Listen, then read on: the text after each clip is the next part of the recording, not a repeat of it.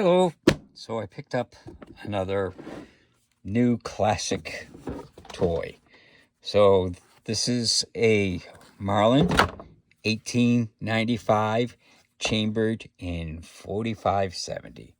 So let me get the case out of the way. This is not the factory case. Keith from 619 DW was nice enough to give it to me so I could take this home. So this is basically, it's a Marlin 1895. I got it used, and I'm pretty sure it wasn't made in 1895, considering it's got a UPC code on it. So, but it was probably made during the Remington era or something like that. But whoever had it took pretty good care of it. I love these old Marlins, or I love Marlins. I haven't gotten any of the new ones yet because the price is skyrocketed. They had a scope on it. I will probably put a scope on it, because they've already got the pick rail there, and might as well. But these things are incredibly nice guns. Marlin always made nice guns. So, and it's got the crossbolt safety on it right there. So, I got a 35 Remington that's like 40 years old, and it doesn't have that or anything, but it's kind of the same idea, and I love it. It's a great rifle and stuff. So, I was happy to see this. I mean, for 700, I think it's it's worth it, definitely. And it's 4570, so it's a big rifle, and I'm not sure what the tube has. I haven't loaded it up yet, but when I take it out to the range, I'll definitely load it up and find out how many rounds it is. I think it's 3 in the tube.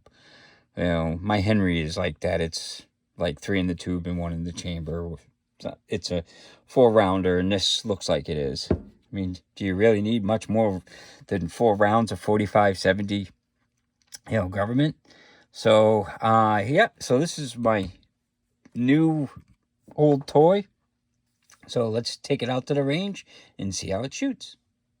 So we're out here with the Marlin 1895 chambered at 45.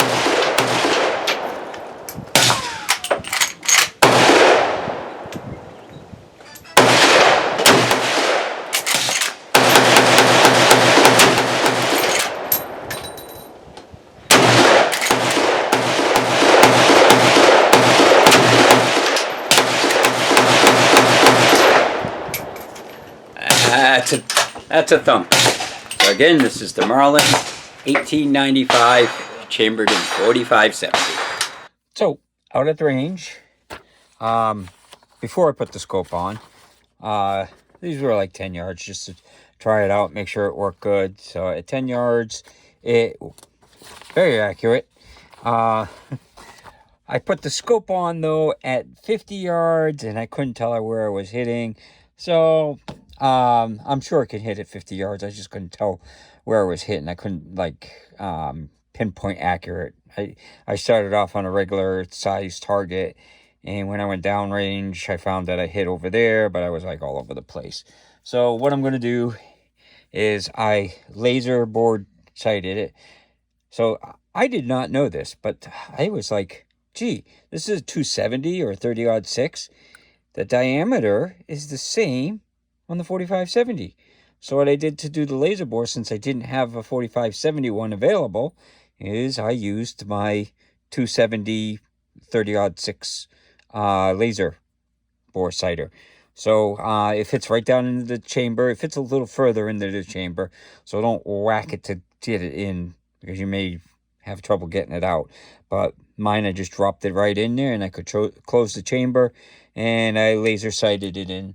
So that's laser bore sighted for about 50 yards now. I'll take it out to the range and shoot it. When I was out there, I couldn't tell where I was hitting, so I kind of just said, okay, I'll wait until I get a laser bore or something, or have someone else that can spot it.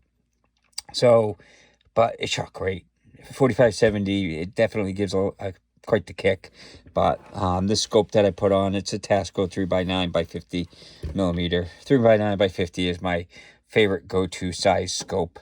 So, and then because it's a 45-70 government, I figured I'd go with, I had some extra American slings, because what's more American than a 45-70? Well, I guess a 45 ACP, but yeah, no, this is a very nice find for me.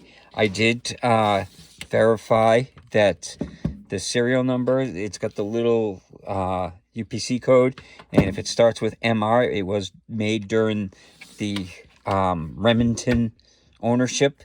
So it's a Remington model of the Marlin. So they had purchased Marlin, and they started the production, or kept the production up and stuff, and then Ruger now owns them, so it's a little bit different.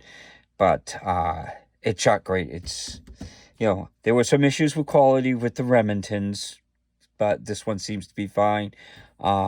It shot fine, I didn't have any problems. So it's a wonderful gun. 45-70 is a wonderful caliber. So to me, it was a good find for the $700. It looks like new. So, that's my good find. So before I had a chance to make this video, or to, finish the video, I took this out with the scope after I laser board, sighted it in and everything.